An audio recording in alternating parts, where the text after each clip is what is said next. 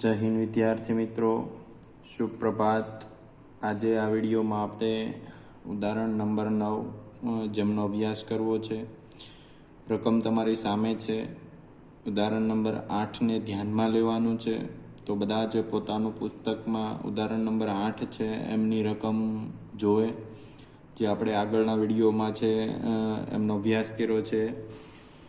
Okay મિત્રો, હવે આપણે લાસ્ટ જે વિડીયોમાં ઉદાહરણ નંબર 8 ગણ્યું છે, આજે એ જ ઉદાહરણ નંબર 8ની રકમ ધ્યાનમાં લઈ ઉદાહરણ નંબર 9 ગણવું છે અને આગળનો એક ટોપિક સંઘાત છે, સંઘાતને અભ્યાસ કરવો છે। ઓકે, તો આ વિડીયોમાં આજે આપણે ઉદાહરણ નંબર 9 ગણીશું, સંઘાત છે એ સંઘાતનો અભ્યાસ કરીશું।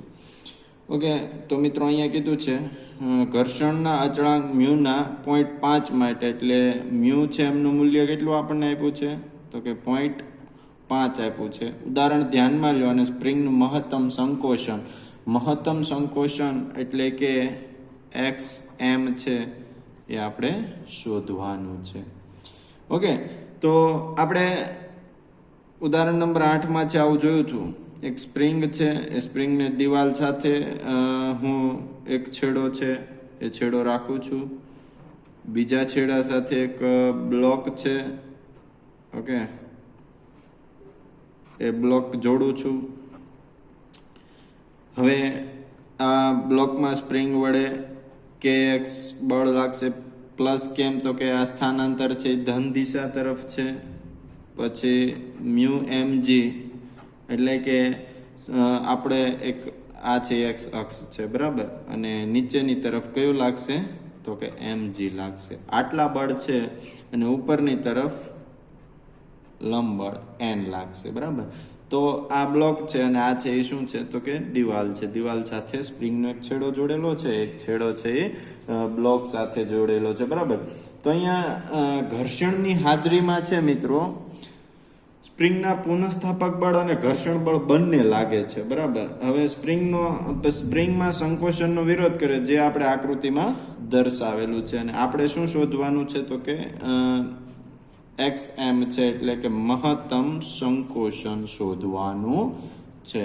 ઓકે, તો આપણે કાર્ય ઉર્જા પ્રમેય પરથી લઈએ। ઓકે, રકમ છે, આ ડાયાગ્રામ દોર્યો છે મેં। ઓકે, હવે છે આપણે શરૂઆત કરીએ દાખલો ગણવાની। તો અહીંયા લખું કાર્ય ઉર્જા પ્રમેય પરથી। હવે મિત્રો કાર્ય ઉર્જા પ્રમેય શું છે તો કે ડેલ કે ઇક્વલ ટુ W, બરાબર। તો કે એટલે કે કાઇનેટિક એનર્જીનો તફાવત અને એના બરાબર કરેલું કાર્ય, એ આપણને કાર્ય ઉર્જા પ્રમેય કહે છે। તો એના પરથી ડેલ કે એટલે શું થાય તો કે KF minus KI equal to W। Okay, અહીંયા છે મિત્રો KF છે એ શું છે, શૂન્ય છે, તો આ છે એ કેટલી મળશે તો કે 1/2 mv સ્ક્વેર ઇક્વલ ટુ શું થશે W થશે। આમને મિત્રો હું સમીકરણ નંબર 1 આપું છું। ઓકે, યાદ રાખજો, આ છે સમીકરણ નંબર 1 છે। હવે આગળ આપણે વાત કરીએ કે પરિણામી બળ વડે થતું કાર્ય ઉર્જા પ્રમેયથી આપણને આ મેળવ્યું અને સમીકરણ નંબર 1 આપ્યો। પરિણામી બળ વડે થતું કાર્ય એટલે કે W બરાબર minus 1/2 KXM square minus mu mg XM, બરાબર। આ ડાયાગ્રામમાં બધું જ દર્શાવેલ છે, મ્યુ mg KX, તો અહીંયા જો આપણને મ્યુ mg XM, બરાબર, અને એનું વિરુદ્ધ કરતું આ તરફ છે એ શું લાગે તો કે KXM સ્ક્વેર, સ્પ્રિંગ છે, સ્પ્રિંગમાં લાગતું બળ, બરાબર। તો પરિણામી બળ વડે થતું કુલ કાર્ય એટલે W બરાબર આમ થશે। આને સમીકરણ નંબર હું મિત્રો 2 આપું છું। હવે સમીકરણ 1 અને 2 પરથી આપણે વાત કરવી છે. તો અહીંયા તમને સમીકરણ 1 અને 2 આપેલા છે, એમને જરા ધ્યાનથી છે તમે મિત્રો જોઈ લો. ઓકે, પછી છે આપણે વાત કરવી છે સમીકરણ 1 અને 2 પરથી. ઓકે, તો અહીંયા તમે સમીકરણ 1 અને 2 છે એ જોઈ શકો છો. તો અહીં હું વાત કરું સમીકરણ 1 અને 2 પરથી, તો અહીં લખું છું સમીકરણ 1 અને 2 પરથી. સમીકરણ 1 અને 2 તમને છે ઉપર દેખાય છે ને? ઓકે, તો સમીકરણ 1 અને 2 પરથી એટલે કે w બરાબર આપણે શું લખવાનું છે સમીકરણમાં 1 માં w બરાબર શું મળે તો કે -1/2 mv સ્ક્વેર મળે છે. તો આમાં આપણે w બરાબર શું લખશું તો કે -1/2 mv સ્ક્વેર ઇક્વલ ટુ આ માઇનસ છે હું બહાર કોમન કાઢ લો, એટલે આ માઇનસ છે એમ કોમન કાઢ લો, ત્યાં શું આવશે તો કે પ્લસ આવશે, એટલે k square mx plus mu mgxm. Okay, આવું થશે. માઇનસ માઇનસ છે એ શું થશે ઉડી જશે. હવે છે મિત્રો આપણે આગળ વાત કરીએ. ઓકે, અહીંયા છે 1/2 છે એ પણ શું થશે તો કે ઉડી જશે. વધે શું તો કે mv square equal to kxm square વત્તા મ્યુ mgxm. બરાબર, આ અને આ અહીંયા 1/2 હતું, 1/2 બંને બાજુ હતું, એટલે શું થશે ઉડી જશે. હવે ઉદાહરણ નંબર 8 છે મિત્રો, એ ઉદાહરણ નંબર 8 ની જરૂર આપણે અહીંયા પડશે. તમે ઉદાહરણ નંબર 8 ની રકમ જે જોવાની કીધી ને, એમાં ઉદાહરણ નંબર 8 માં આપણને દળ છે એ 1000 કિલોગ્રામ આપેલું છે. 1000 કિલોગ્રામ એટલે 10³ ઘાત. વી છે એ 5 આપેલો છે. હવે 5 નો વર્ગ એટલે શું થશે 25. બરાબર, આ બધું મૂલ્ય મૂકું છું. ઇક્વલ ટુ કે નું મૂલ્ય આપણે કેટલું આપેલ છે તો કે 6.25 ગુણ્યા 10³ ઘાત. આ બધું ઉદાહરણ નંબર 8 માં બધાની કિંમત આપેલી છે. ઓકે, મ્યુ છે એ આપણને આ રકમમાં આપેલો છે. તો બધા જ નું મિત્રો હું મૂલ્ય મૂકીશ, તો બધા જ નું મૂલ્ય મૂકી એટલે શું થશે, આ બંનેનું મૂક્યું બરાબર કે નું મૂલ્ય મૂક્યું, એક્સ છે એ શોધવાનો છે, એટલે અહીંયા શું થશે તો કે xm સ્ક્વેર વત્તા મ્યુ કેટલો છે તો કે 0.5. ઓકે, મ્યુ છે એ કેટલો છે 0.5. હવે એટલે મિત્રો અહીંયા 2 થઈ જશે ને, કારણ કે અહીં 1/2 છે આપણે દૂર કરીએ છીએ, એટલે 2 વડે ગુણીશ અને 2 વડે ભાંગીશ એટલે 1/2 દૂર થશે ને, કારણ કે આ 1/2 મારે અહીંયા ઉડાડવો છે. ઓકે, જો અહીંયા એક સ્ટેપ છે એ તમને અહીં લખી દઉં, 1/2 અને બરાબરની બાજુ 1/2 કરવું છે. તો અહીંયા મારે 1/2 છે, અહીંયા નથી, તો મારે બંનેમાંથી કોમન કાઢવા 2 વડે હું ગુણીશ અને 2 વડે ભાંગીશ, એટલે 1/2 દૂર કરે 1/2, એટલે 1/2 બે બાજુથી ઉડી જાય, એટલે અહીં 2 વધશે ને આવડા. ઓકે, તો એ 2 મૂક્યા, તો ગુણ્યા અહીંયા શું થશે વત્તા 2.5 એટલે મ્યુ ગુણ્યા આ 2. બરાબર, એમ કેટલો છે તો કે 10³ જી એટલે કેટલો તો કે 10 અને xm. ઓકે, આ બધાનું મૂલ્ય છે મેં આ સમીકરણમાં મૂકેલું છે.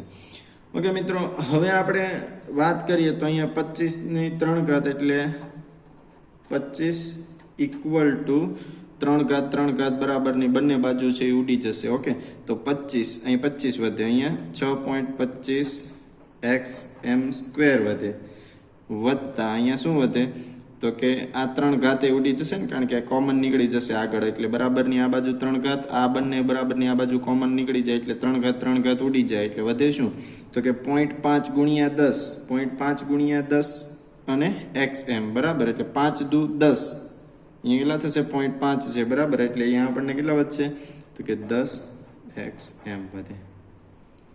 ઓકે મિત્રો, તો હવે છે આપણને એક આવું સમીકરણ મળે છે. કેવું મળે છે 6.25 xm સ્ક્વેર વત્તા 10 xm સ્ક્વેર બરાબરની આ બાજુ આ પ્લસ છે, આ બાજુ એટલે -25 ઇક્વલ ટુ 0. તો જો આને હું એ ધારી લઉં, a ઇક્વલ ટુ 6.25, આને હું બી ધારી લઉં, b ઇક્વલ ટુ 10, અને આને હું c ધારી લઉં, એટલે c ઇક્વલ ટુ -25. ઓકે, તો મિત્રો એક આપણે આવું સૂત્ર ભણેલા છીએ કે del equal to b² - 4ac. Okay, આવું સૂત્ર છે આપણે ભણેલા છીએ. તો બીનું મૂલ્ય હું મૂકું કેટલું છે 10. તો ડેલ બી કેટલો છે 10. 10 - 4 એ કેટલો છે 6.25 અને સી કેટલો છે તો કે -25. માઇનસ માઇનસ શું થઈ જશે તો કે પ્લસ, એટલે 100 વત્તા 25 ગુણ્યા 6.25 ગુણ્યા 4 કરો એટલે કેટલા આવે તો આપણને છે વત્તા 625 મળે. તો ડેલ આપણને કેટલો મળ્યો છે તો કે ડેલ આપણને છે કેટલો મળ્યો છે 100 અને 600 એટલે 725. તો આ મને ડેલ મેળવો. હજી મારે મેળવવાનું શું છે તો કે XM મેળવવાનું છે. ઓકે, તો એ XM મેળવવા માટે મિત્રો હવે આપણે આગળ વાત કરીએ. ઓકે, તો એક સૂત્ર આપણે આવું ભણી ગયા છીએ કે XM = -b ± ડેલના છેદમાં 2a. ઓકે, આવો સમીકરણ છે એમનો આપણે અભ્યાસ કર્યો છે. હવે જો મિત્રો આપણને બધું જ મૂલ્ય આપેલું છે. બી અહીંયા કેટલું છે તો કે 10 એટલે -10 પ્લસ ઓર માઇનસ ડેલ કેટલો મળ્યો તો કે 725 પણ રૂટમાં મૂકવા પડશે છેદમાં 2 એ કેટલો છે તો કે 6.25 છે. મિત્રો આ બધા જની ગણતરી કરજો. અહીંયા -10 અહીંયા પ્લસ ઓર માઇનસ 700 આનું રૂટ કરશો એટલે 24.9 આવશે છેદમાં આ બંનેનો ગુણાકાર એટલે 6 દુ 12 ને 0.25 એટલે 50 એટલે 12.5 આવશે. કેટલા આવશે 12.5. ઓકે મિત્રો, હવે અહીંયા પ્લસ ઓર માઇનસ છે. જો પહેલાં માઇનસ કરું તો કેટલા વધે તો કે 15.9 છેદમાં કેટલા 12.5 અને જો ઉમેરું તો 26 માં 10 ઉમેરું એટલે 36.9 છેદમાં 12.5. આ છે મિત્રો કેવું મળશે આપણને ઋણ મળશે, પણ ઋણ મળે એ આપણા માટે શક્ય નથી. આપણે મહત્તમ સંકોચન મેળવવું છે બરાબર.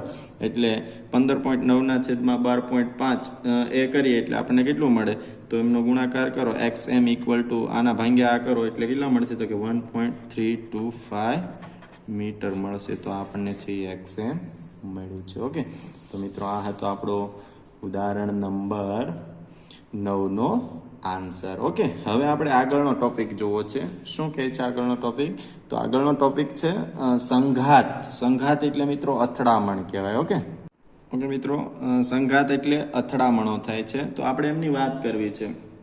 તો સંઘાત એટલે અથડામણ એટલે એકબીજા સાથે આપણે દેશી ભાષામાં ભટકાવવું એમ કહીએ છીએ. ઓકે, તો સંઘાતમાં કુલ રેખીય વેગમાન છે ને કુલ રેખીય વેગમાનનું મિત્રો સંરક્ષણ થાય છે. એટલે કે તંત્રનું પ્રારંભિક વેગમાન અને અંતિમ વેગમાન છે ને એ અચળ રહે છે. એટલે આવું થાય ડેલ P1 વત્તા ડેલ P2 = 0. આમાં આ શું થયું છે તો કે સંઘાત છે એ સંઘાતમાં શું થાય છે તો કે વેગમાનના સંરક્ષણ રેખીય વેગમાનનું શું થાય છે સંરક્ષણ થાય. એટલે કે પ્રારંભિક વેગમાન અને અંતિમ વેગમાન છે એમનો સરવાળો કેવો રહે છે અચળ રહે છે, શૂન્ય રહે છે. ઓકે, જે આપણે જોઈ ગયા છીએ આગળ.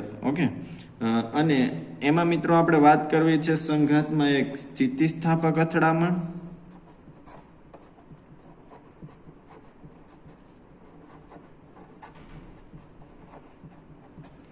બીજી અસ્થિતિસ્થાપક અથડામણ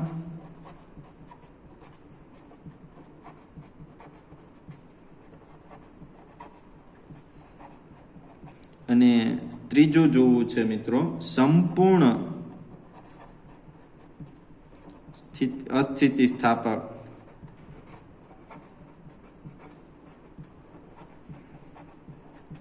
અથડામણ. ઓકે, તો સંઘાત એટલે અથડામણો થાય. અથડામણ 3 પ્રકારની થાય. સ્થિતિસ્થાપક અથડામણ થાય, બીજી અસ્થિતિસ્થાપક અથડામણ થાય, ત્રીજી સંપૂર્ણ અસ્થિતિસ્થાપક અથડામણ. આ ત્રણેયની મિત્રો વ્યાખ્યા છે, યાદ રાખજો. સંઘાત દરમિયાન પદાર્થના રેખીય વેગમાનનું શું થાય છે સંરક્ષણ. એટલે પ્રારંભિક વેગમાન = અંતિમ વેગમાન થાય છે. ઓકે, એટલે આના પરથી આપણે લખી શકીએ ને del P1 = -del P2. Okay, એટલે આ જાય એટલે પ્લસ બરાબર 0. હવે મિત્રો આ વ્યાખ્યાઓ છે એ લખવું એના કરતાં સરળ એ રહેશે કે તમે આ છે એમને એનિમેશનમાં જોઈ લો, બરાબર. સંઘાત એટલે અથડામણો, એમાં કેવી રીતે રેખીય વેગમાનનું સંરક્ષણ થાય છે. 3 રીતે થાય અથડામણ: સ્થિતિસ્થાપક, અસ્થિતિસ્થાપક અને સંપૂર્ણ અસ્થિતિસ્થાપક. તો આ 3 પ્રકારની અથડામણ છે એમની વ્યાખ્યા, અને એ કઈ રીતે થાય છે એનિમેશનમાં જુઓ. પછી આપણે એક પરિમાણમાં અથડામણો છે જોવી છે એનિમેશન પછી. ઓકે. સંઘાત, અથડામણો, કોલિઝન્સ. ભૌતિક વિજ્ઞાનમાં આપણે ગતિનો એટલે કે સ્થાનમાં ફેરફારનો અભ્યાસ કરીએ છીએ. તે જ સમયે આપણે એવી ભૌતિક રાશિઓ શોધવા પ્રયત્ન કરીએ છીએ કે જે ભૌતિક પ્રક્રિયા સાથે બદલાય નહીં. વેગમાન અને ઉર્જા સંરક્ષણના નિયમો મહત્ત્વના ઉદાહરણો છે. આ પરિચ્છેદમાં આપણે આ નિયમોને સામાન્યતઃ જોવા મળતી પ્રક્રિયા એટલે કે અથડામણો, સંઘાતને લાગુ પાડીશું. કેટલીક રમતો જેમ કે બિલિયર્ડ્સ, લખોટીઓ અથવા કેરમ અથડામણો સાથે સંકળાયેલ હોય છે. આપણે આદર્શ પરિસ્થિતિમાં 2 દળોની અથડામણ સમજીશું. 2 દળો M1 અને M2 ધારો. M1 દળનો કણ v1i ઝડપથી ગતિ કરે છે. સબસ્ક્રિપ્ટ આઈનો અર્થ પ્રારંભિક એટલે કે ઇનિશિયલ છે. આપણે M2 સ્થિર છે તેમ ધારીશું. આવું ધારવામાં આપણે કોઈ સામાન્ય પરિસ્થિતિનો ભંગ કરતા નથી. આ પરિસ્થિતિમાં દળ M1 સ્થિર દળ M2 સાથે અથડાય છે અને તે આકૃતિમાં દર્શાવેલ છે. સંઘાત પછી દળો M1 અને M2 જુદી જુદી દિશાઓમાં જાય છે. આ દળો, વેગ અને ખૂણાઓને સાંકળતા કેટલાક સમીકરણો આપણે જોઈશું. સ્થિતિસ્થાપક અને અસ્થિતિસ્થાપક અથડામણો, ઇલાસ્ટિક એન્ડ ઇનઇલાસ્ટિક કોલિઝન્સ. અથડામણોમાં કુલ રેખીય વેગમાનનું સંરક્ષણ થાય છે. તંત્રનું પ્રારંભિક વેગમાન તે તંત્રના અંતિમ વેગમાન જેટલું હોય છે. કોઈ તે માટે આ રીતે દલીલ કરી શકે: જ્યારે 2 પદાર્થો અથડાય ત્યારે અથડામણના ડેલ્ટા ટી સમય દરમિયાન પરસ્પર લાગતા ઇમ્પલ્સિવ બળો તેમના અનુરૂપ વેગમાનમાં ફેરફાર કરે છે. Delta P1 F12 delta T, delta P2 F21 delta T, જ્યાં F12 એ પ્રથમ કણ પર બીજો કણે લગાડેલ બળ છે. તે જ રીતે F21 એ બીજા કણ પર પહેલા કણે લગાડેલ બળ છે. હવે ન્યૂટનના ત્રીજા નિયમ મુજબ F12 F21. આનો અર્થ એ કે delta P1 plus delta P2 0. અથડામણ વખતે ડેલ્ટા ટી સમય દરમિયાન બળો જટિલ રીતે બદલાતા હોય તો પણ ઉપરનું તારણ સત્ય છે. ત્રીજો નિયમ દરેક ક્ષણે સાચો રહેતો હોવાથી પ્રથમ પદાર્થ પર લાગતો આઘાત બીજા પદાર્થ પર લાગતા આઘાત જેટલો જ અને વિરુદ્ધ દિશામાં હોય છે. બીજી તરફ તંત્રની કુલ યાંત્રિક ઉર્જા હંમેશા માટે સંરક્ષી હોય તે જરૂરી નથી. અથડામણ દરમિયાન લાગતા આઘાત અને આકારના વિકાર દરમિયાન ઉષ્મા અને અવાજ એટલે કે ધ્વનિ પણ ઉત્પન્ન થઈ શકે છે. પ્રારંભિક ગતિ ઉર્જાનો કેટલોક ભાગ ઉર્જાના બીજા સ્વરૂપોમાં રૂપાંતરિત થાય છે. અથડામણ દરમિયાન આકારના વિકારને સંકોચાયેલી સ્પ્રિંગ દ્વારા તાદૃશ્ય કરી શકાય. જો 2 દળોને જોડતી સ્પ્રિંગ ઉર્જાનો વ્યય કર્યા વગર તેનો આકાર પાછો મેળવી લે તો પ્રારંભિક ગતિ ઉર્જા એ અંતિમ ગતિ ઉર્જા જેટલી હોય, પરંતુ અથડામણના સમય ડેલ્ટા ટી દરમિયાન ગતિ ઉર્જા અચળ ન હોય. આવી અથડામણને સ્થિતિસ્થાપક અથડામણ કહે છે. બીજી તરફ આકારના વિકારમાંથી પાછું ના ફરી શકાય અને બંને પદાર્થો અથડામણ પછી સાથે જ ગતિ કરી શકે છે. જે અથડામણમાં અથડામણ બાદ બંને કણો સાથે ગતિ કરવા લાગે તો તેને સંપૂર્ણ અસ્થિતિસ્થાપક અથડામણ કહે છે. સામાન્ય કિસ્સામાં જ્યારે આકારનો વિકાર કેટલેક અંશે પાછો મેળવી શકાય અને થોડીક ગતિ ઉર્જાનો વ્યય થતો હોય છે તેને અસ્થિતિસ્થાપક અથડામણ કહે છે. એક પરિમાણમાં અથડામણો, કોલિઝન્સ ઇન 1 ડાયમેન્શન. ઓકે મિત્રો, એનિમેશન જોયું છે. પછી આપણે વાત કરવી છે એક પરિમાણમાં અથડામણો. હવે તમને ખબર છે એક પરિમાણ એટલે શું થશે તો કે એક્સ અક્ષ થશે, બરાબર. હવે જો બે પદાર્થ લો, ધારો કે આ એક પદાર્થ છે, બરાબર, M1 દળનો છે. આ એક બીજો પદાર્થ છે,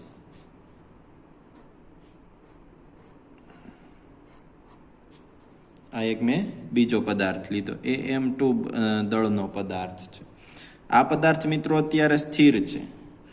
આ પદાર્થ છે એ ગતિ કરે છે કઈ તરફ? એક પરિમાણમાં, એટલે ધન એક્સ દિશામાં ગતિ કરે છે. એટલે એક કણ છે એ M1 છે, એટલે એક પદાર્થનું દળ M1 છે, બીજો પદાર્થ છે એમનું દળ શું છે?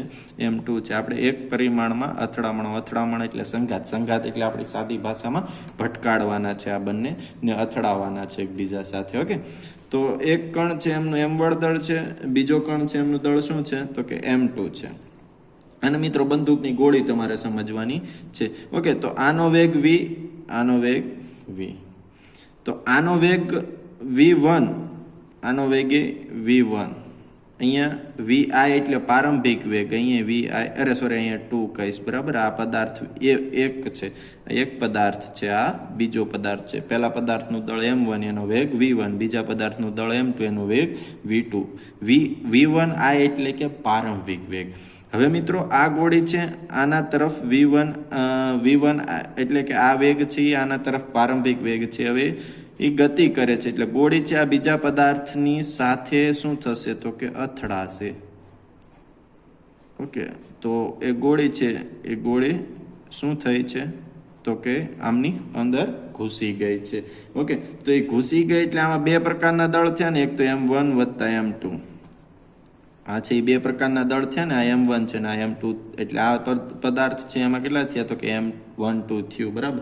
હવે ગોળી આના તરફ આવે છે, એટલે પહેલા તો ગોળી છે અંદર ઘૂસશે, અને ગોળી ઘૂસશે પછી આ છે એ થોડીક ગતિ કરશે, તો એ ગતિ vf. v1 એટલે કે મિત્રો વન પદાર્થની પ્રારંભિક ગતિ, v1f એટલે કે એક પદાર્થની અંતિમ વેગ, આ પ્રારંભિક વેગ અને આ અંતિમ વેગ. v2i એટલે બીજા પદાર્થનો પ્રારંભિક વેગ, અને v2f એટલે બીજા પદાર્થનો અંતિમ વેગ. m1 એટલે પહેલા પદાર્થનું દળ, m2 એટલે બીજા પદાર્થનું દળ, બરાબર. આ ગોળી છે એ ગોળીને મિત્રો મેં આની સાથે શું કરી છે તો કે અથડાવી છે. અથડાવવાથી અહીંયા આ ઘટના બની, બંનેનું દળ થયું, એટલે થોડુંક આની સાથે ગોળી અથડાય એટલે આ બ્લોક પણ ખસશે અને પછી ત્યાં ઊભો રહી જશે. તો એનો અંતિમ વેગ vf, પ્રારંભિક વેગ vi. પહેલા પદાર્થ માટે vi અને અંતિમ vf, બીજા માટે v2i અને v2f અંતિમ. ઓકે, તો આટલી ઘટના છે એ તમે સમજી ગયા હશો.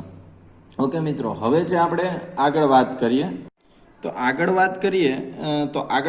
એટલે મિત્રો જો આમની વચ્ચે θ1 = θ 0 છે, કારણ કે કોણ છે બંને વચ્ચે કેવો બને છે તો કે શૂન્ય બને છે, બરાબર. બંને છે x દિશામાં ગતિ કરે છે. ઓકે, હવે આગળ આપણે મિત્રો વાત કરીએ તો આગળ શું વાત કરશું તો કે વેગમાનના સંરક્ષણના નિયમ પરથી,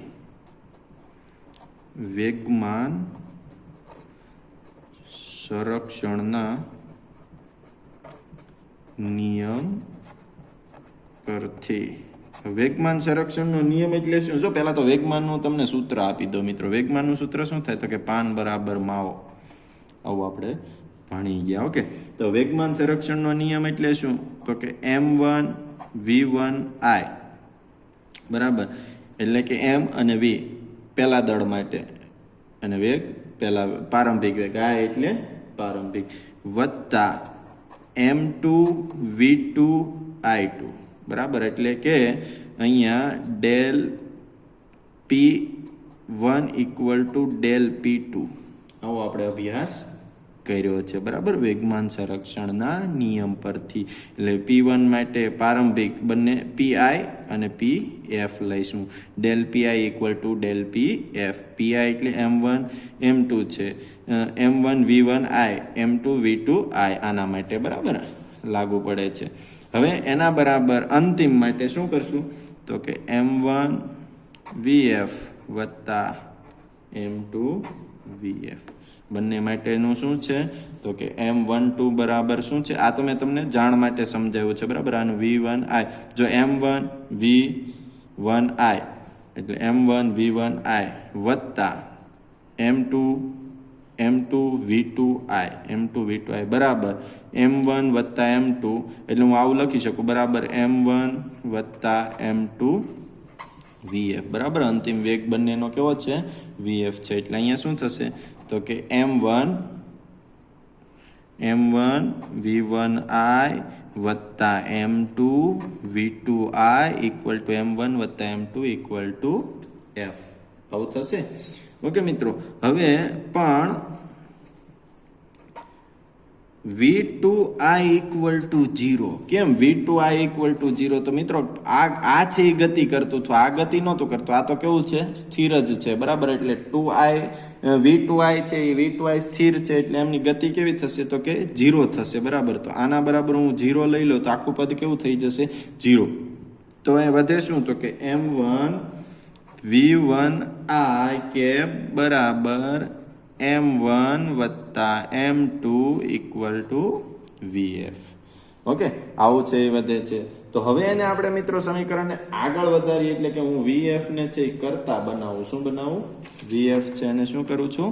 કરતા બનાવું છું. ઓકે, તો vf ને હું મિત્રો કરતા બનાવું એટલે શું થાય તો કે આને હું કરતા બનાવું, આ બાજુ ગુણાકારમાં છે, આ બાજુ આવે એટલે ભાગાકારમાં, એટલે vf equal to m1 v1i છેદમાં m1 વત્તા m2.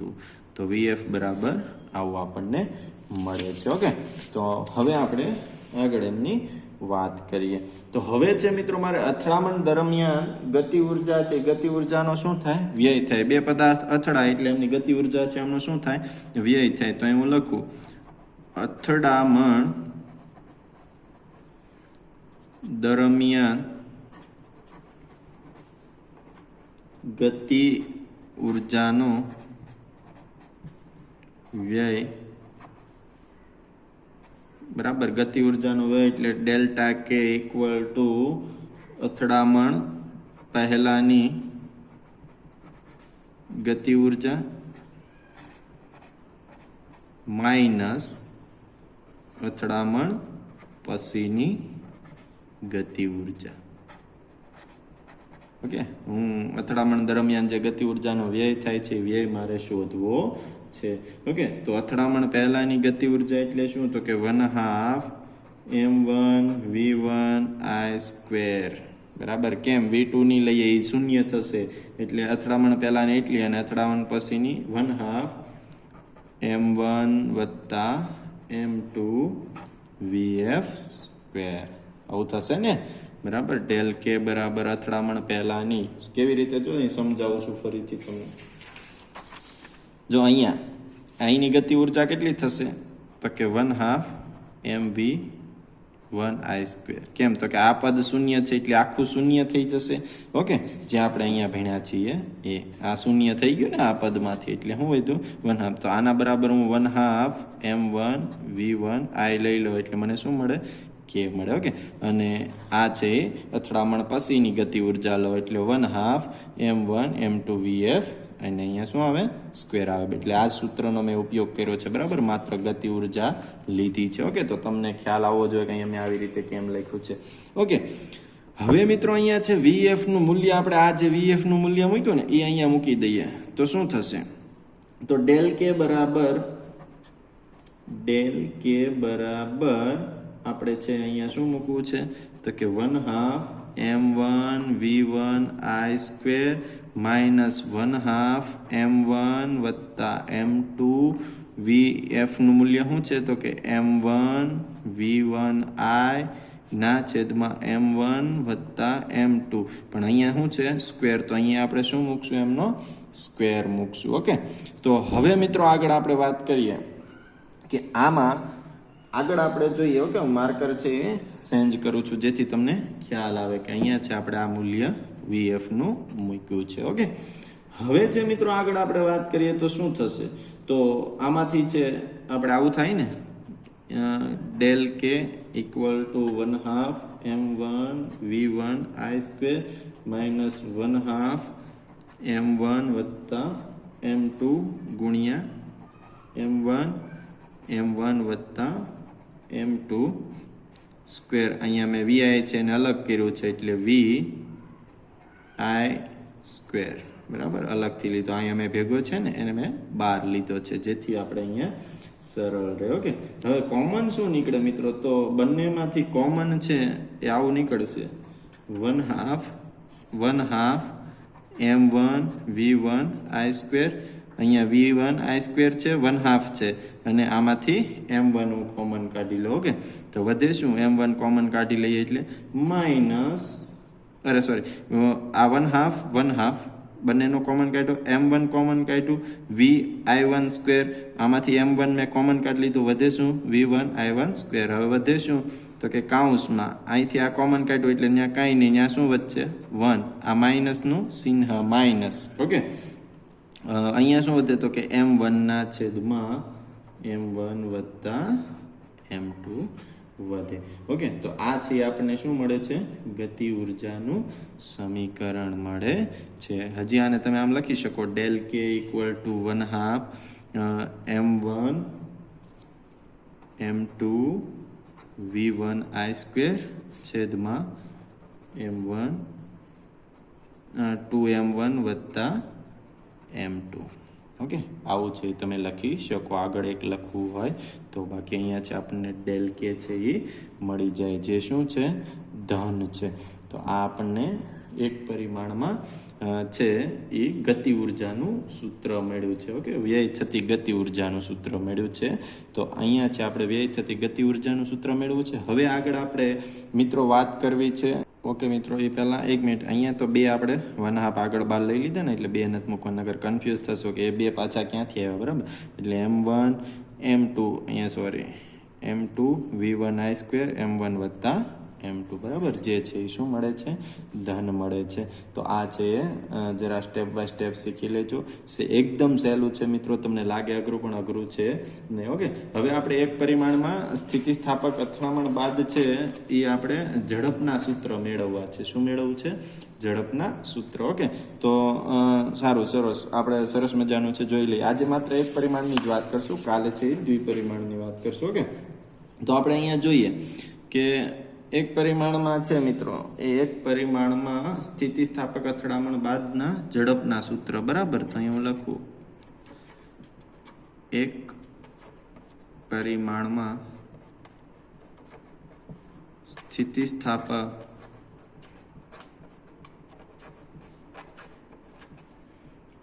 અથડામણ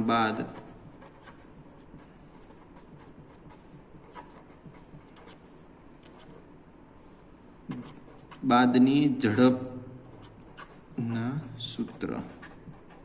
અથડામણ બાદની ઝડપ એટલે કે અંતિમ ઝડપની વાત થાય છે. અહીંયા શેની વાત થાય છે? અંતિમ ઝડપની. ઓકે મિત્રો, એકદમ સહેલું છે. જોઈએ શું કહે છે. અહીંયા એક્સ અક્ષ લઉં છું મિત્રો, કારણ કે આપણે વાત એક પરિમાણમાં જ કરીએ છીએ.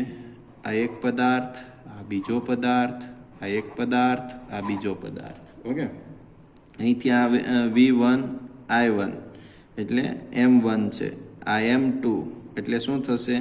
તો કે v2 i2, આ અંતિમ એનો વેગ એટલે v1 f, અહીંયા v2 f, અહીંયા m1 અને અહીંયા m2.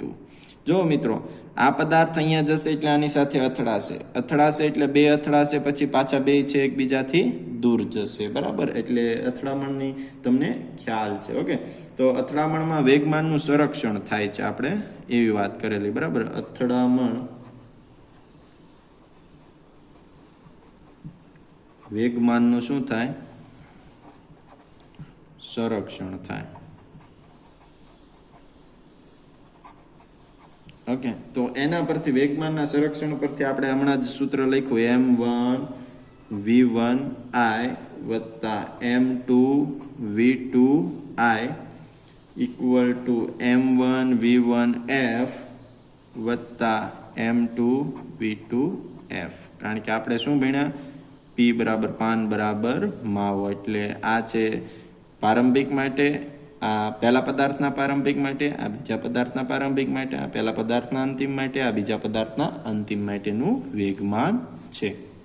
હવે 1 1 વાળા આ બાજુ લઈ લે. ધારો કે આ 1 વાળું છે, આ 1 વાળું છે, આ બાજુ આ પ્લસ છે, આ બાજુ આવે એટલે માઇનસ, એટલે m1 v1 i minus m1 v1 F આવું થશે equal to M2 V2 M2 V2 F આ બાજુ આ પ્લસ છે આ બાજુ આવે એટલે માઇનસ M2 V2 I આવું થશે ને મિત્રો ઓકે આ બંનેમાંથી કોમન શું નીકળે તો કે 1 નીકળે એટલે M1 છે એ કોમન નીકળે છે શું નીકળે છે M1 કોમન નીકળે એટલે વધે શું તો કે V1I minus V1 F equal to આ બાજુ બંનેમાંથી કોમનમાં શું નીકળે તો કે M2 નીકળે એટલે શું વધે તો કે V2F માઇનસ V2I આવું છે એ વધે છે ઓકે આમને છે મિત્રો હું સમીકરણ નંબર 1 આપી દઉં શું આપી દઉં સમીકરણ નંબર 1 હવે આમાં પણ સ્થિતિસ્થાપક અથડામણ હોવાથી મિત્રો આપણને અહીંયા કઈ કીધું છે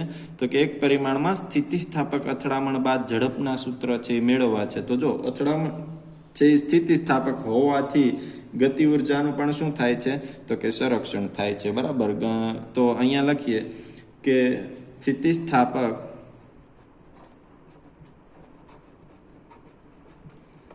અથડામણ હોવાથી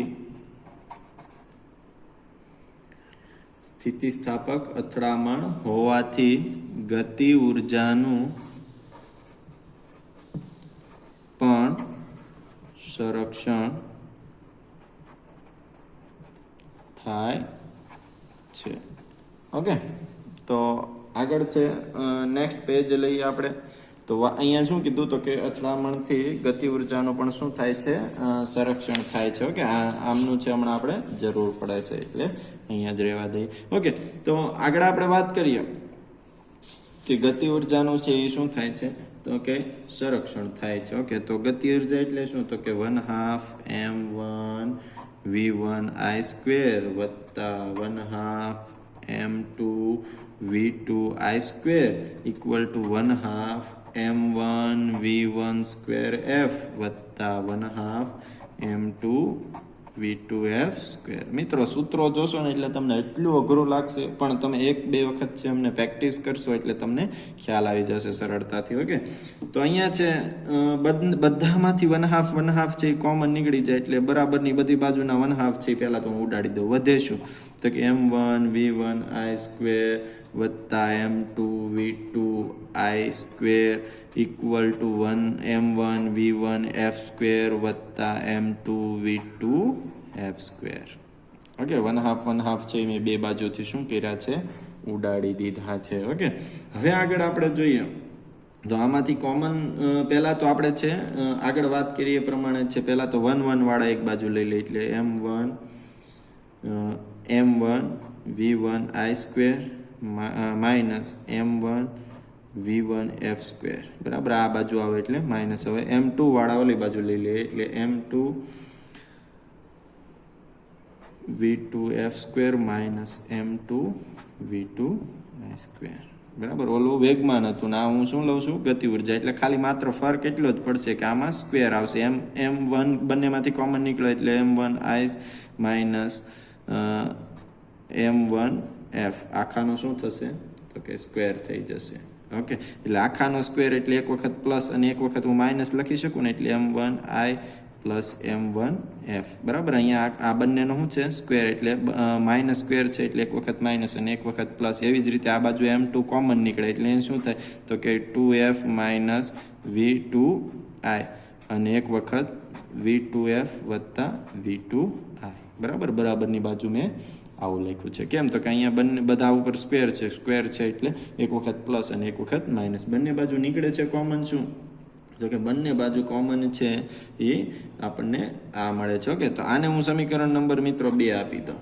શું આપું છું સમીકરણ નંબર 2 આને મેં શું આપ્યું આ સમીકરણ નંબર 1 છે ધ્યાન આપજો સમીકરણ નંબર 1 અને સમીકરણ નંબર 2 બંનેમાં કંઈ ઝાઝો ફરક છે નહીં ઓકે તમે જોઈ શકો છો સમીકરણ 1 અને સમીકરણ 2 માં કંઈ ઝાઝો ફરક છે ને તો સમીકરણ 2 પરથી આપણે મિત્રો આવું કહી શકીએ સમીકરણ 2 પરથી શું કહી શકીએ આપણે સમીકરણ 2 પરથી તો કે V1I વત્તા V1F ઇક્વલ ટુ V2F વત્તા V2I બરાબર આમાં મિત્રો V1 આઈને હું કરતા બનાવું તો આ બાજુ આ પ્લસ છે, પહેલી બાજુ જાય એટલે શું થઈ જાય તો કે માઇનસ, એટલે V2F વત્તા V2I, આ બાજુ આ પ્લસ છે, આ બાજુ આવે એટલે માઇનસ V1I, V1F ને મેં કરતા બનાવ્યું, આને કરતા બનાવ્યું એટલે આ બાજુ જાય એટલે આ શું થઈ ગયું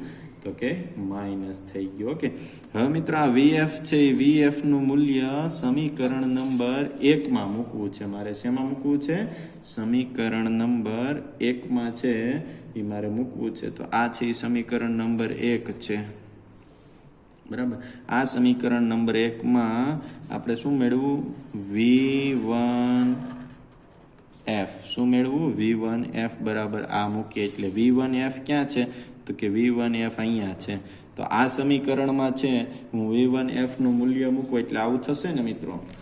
તો હું એમનું મૂલ્ય છે મૂકું તો સમીકરણ 1 માં આને સમીકરણ નંબર 3 આપી દો. સમીકરણ 1 માં સમીકરણ 3 નું મૂલ્ય મૂકતા, સમીકરણ 1 માં સમીકરણ 3 નું મૂલ્ય મૂકવું છે. સમીકરણ 1 શું છે તો સમીકરણ 1 છે ફરીથી હું અહીંયા લખું છું M1 V1I વત્તા M2 V2I equal to M1 V1F વત્તા M2 V2F. હવે M2 એમાં સમીકરણ 3 એટલે V1F છે, એમનું મૂલ્ય આ મૂકવાનું છે. ઓકે, તો મૂકીએ આપણે M1 V1I વત્તા M2 V2I equal to M1 V1F એટલે શું મૂકશું તો કે કાઉન્સમાં V2F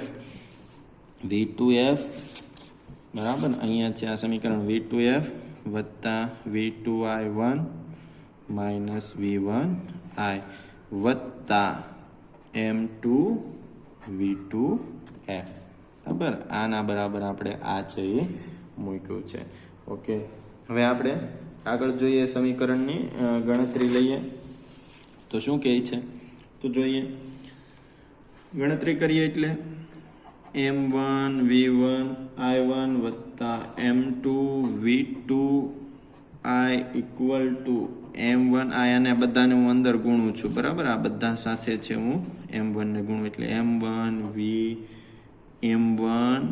2F વત્તા M1 V2I minus M1 V1I વત્તા M2 V2F. હવે છે મિત્રો અહીંયા માઇનસ અને પ્લસ થયું છે, બરાબર. તો એ માઇનસ અને પ્લસને છે ઉડાડી દઈએ, બરાબર. હવે આગળ છે હું ડાયરેક્ટ સમીકરણ લખું છું, એ તમે સમજજો કેવી રીતે લખ્યું છે. હું લખું છું 2M1 V1I equal to M1 V2I minus M2 V2I વત્તા M1 V2F વત્તા M2 V2F.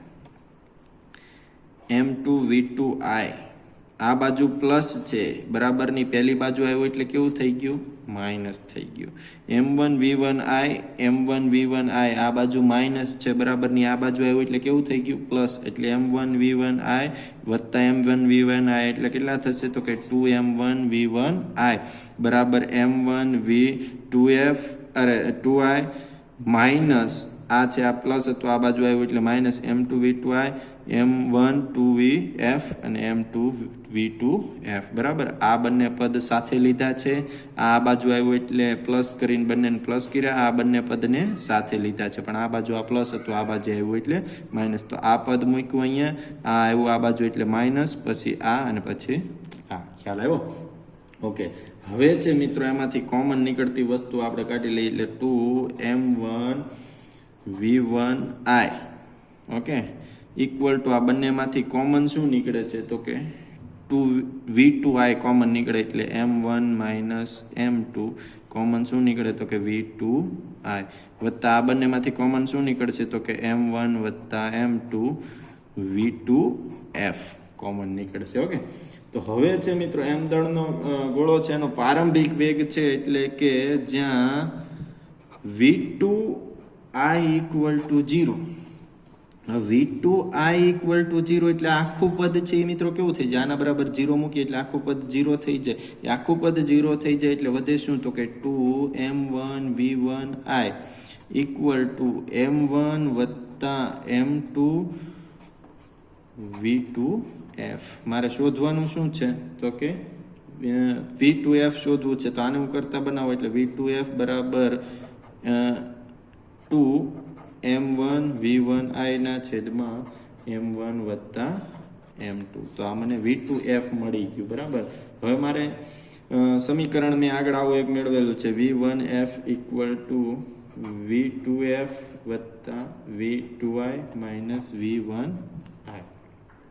ઓકે, આ સમીકરણમાં હું આનું મૂલ્ય છે અહીંયા એ મૂકું એટલે મને શું મળવાનું, તો એનું મૂલ્ય હું ત્યાં મૂકું એટલે આવું થશે ને, 2m1 v1i ના છેદમાં m1 વત્તા m2. આના બરાબર આપણે શું લીધું, તો કે 0 માઇનસ શું આવશે, તો કે v1i. આના બરાબર 0 લઈ લીધું એટલે માઇનસ v1. આના બરાબર આ મૂલ્ય આપણે મૂક્યું છે એટલે v1f. બરાબર. હવે એમનું મિત્રો આપણે આગળ સાદું રૂપ આપીએ. ઓકે, તો આગળ સાદું રૂપ આપીએ એટલે શું થશે, તો કે આગળ સાદું રૂપ આપીએ એટલે આપણને આવું મળશે. કેવું મળશે, તો કે આ સૂત્ર છે v1f. ઓકે, અહીંયા જો આ સૂત્ર છે એ લખું છું, ઇક્વલ ટુ 2m1 v1i ના છેદમાં m1 વત્તા m2 માઇનસ v1i1. આ છે આ બાજુ જશે એટલે આવું થશે ને, 2m1 v1i minus v1i m1 વત્તા m2 છેદમાં m1 વત્તા m2. એટલે શું થશે, તો કે 2m1 v1i minus m1 v1i અંદર ગુણાય એટલે માઇનસ m2 v1i. બે m1 v1 માંથી એક બાદ જાય એટલે શું વધે, એક m1 v1i minus m2 v1i છેદમાં m1 વત્તા m2. ઓકે, અહીંયા છેદમાં શું આવશે, m1 વત્તા m2.